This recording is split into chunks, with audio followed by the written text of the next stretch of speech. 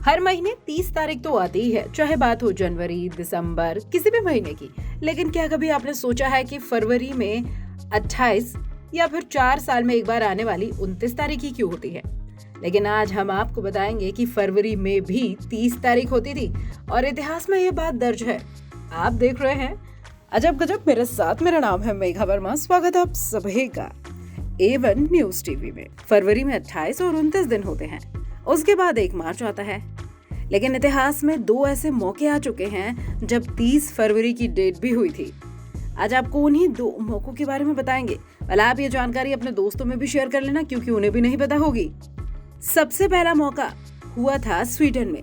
1700 के दौर में फिनलैंड भी स्वीडन का हिस्सा हुआ करता था। तब स्वीडन ने तय किया वो जूलियन कैलेंडर से शिफ्ट होकर ग्रेगोरियन कैलेंडर का इस्तेमाल करेंगे। जूलियन कैलेंडर में साल 1700 में एक लीप ईयर होना चाहिए था, पर स्वीडन में लीप ईयर नहीं मनाया गया। इससे गड़बड़ हो गई और 1704 की जगह 1708 वाले साल को लीप ईयर मान लिया गया। इस वजह से यह देश जूलियन और ग्रेगोरियन कैलेंडर दोनों ही मामलों में पीछे हो गया। फिर तब इस देश ने सोचा कि ये जूलियन कैलेंडर की ओर दोबारा चला जाएगा। स्वीडन में 30 फरवरी 1712 की तारीख को तय किया गया, क्योंकि उस साल जूलियन कैलेंडर को अपनाया गया और 2 लीप ईयर को आपस में जोड़ दिया गया। 1753 में फिर से ग्रेगोरियन कैलेंडर की ओर स्वीडन बढ़ पड़ा। लेकिन हैरानी की बात यह रही, उस साल 11 दिन का करेक्शन मानकर 17 फरवरी के बाद सीधे 1 मार्च का दिन तय कर दिया गया। इस तरह लोगों को लगा कि उनकी जिंदगी के 11 दिन उनसे चुरा लिए गए हैं। दूसरे मौके की बात करते हैं तो ये दूसरा मौका सोवियत रेवोल्यूशनरी कैलेंडर के अनुसार देखने को मिलता है। सोवियत यूनियन ने 1929 में एक रेवोल्यूशनरी कैलेंडर को लागू किया, जो 1930 से 1931 तक के लिए था और उसमें 30 फरवरी की डेट शामिल भी की गई थी। इस कैलेंडर के 1 महीने के अंदर 5 दिन का हफ्ता हुआ करता था, जैसे आज 7 दिन का होता है। हर वर्किंग महीने में 30 दिन हुआ करते थे।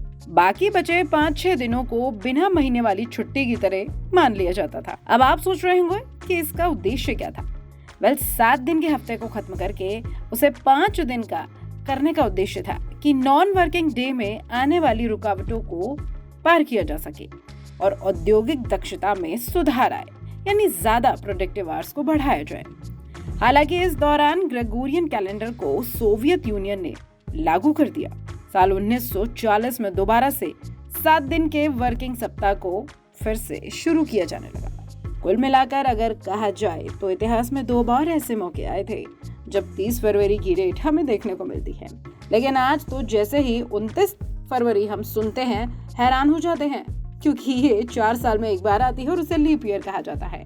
क्या आप इस बारे में पहले से जानते थे? अगर हाँ, तो हमें कमेंट बॉक्स में जरूर बताएं। और आपको ये जानकारी कैसी लगी वो भी आप हमारे साथ शेयर कर सकते हैं। अजब गजब देख रहे थे आप। नमस्कार।